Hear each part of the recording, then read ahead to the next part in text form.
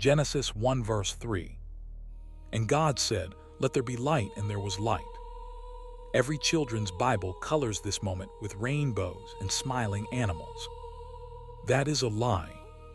This is not the first time light ever existed. The sun, moon, and stars are not created until day 4. So what light is this? This is restoration light. God is turning the power back on over a planet that had been plunged into absolute blackout for an unknown age after Lucifer's rebellion and flood.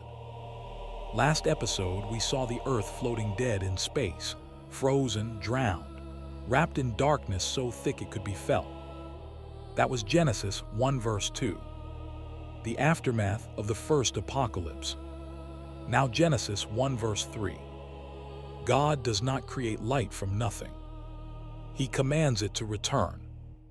One word and a shaft of pure white fire rips through the black clouds like a nuclear sunrise, exploding outward in a perfect circle, pushing back the darkness that had ruled for centuries, maybe millennia. The ice begins to crack. Steam erupts thousands of feet high. The frozen graveyard starts to breathe again. This single verse proves the 6 days are not original creation. They are recreation. Repair work after total war.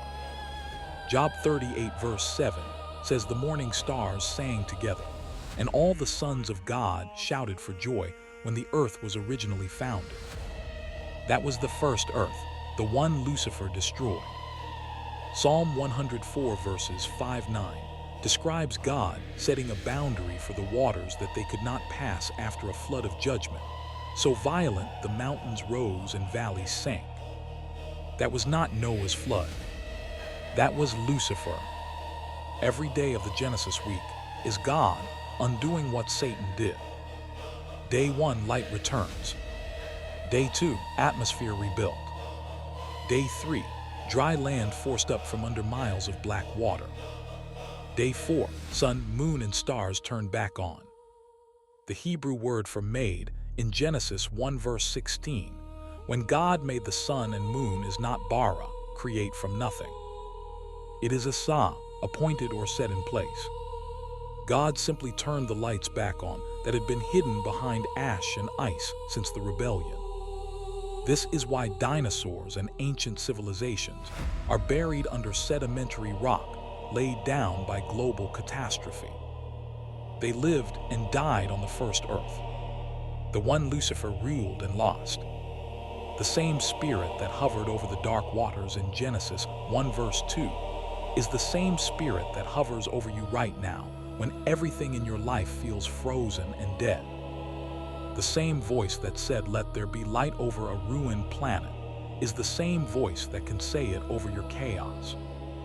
One word from God is all it takes to reverse centuries of darkness.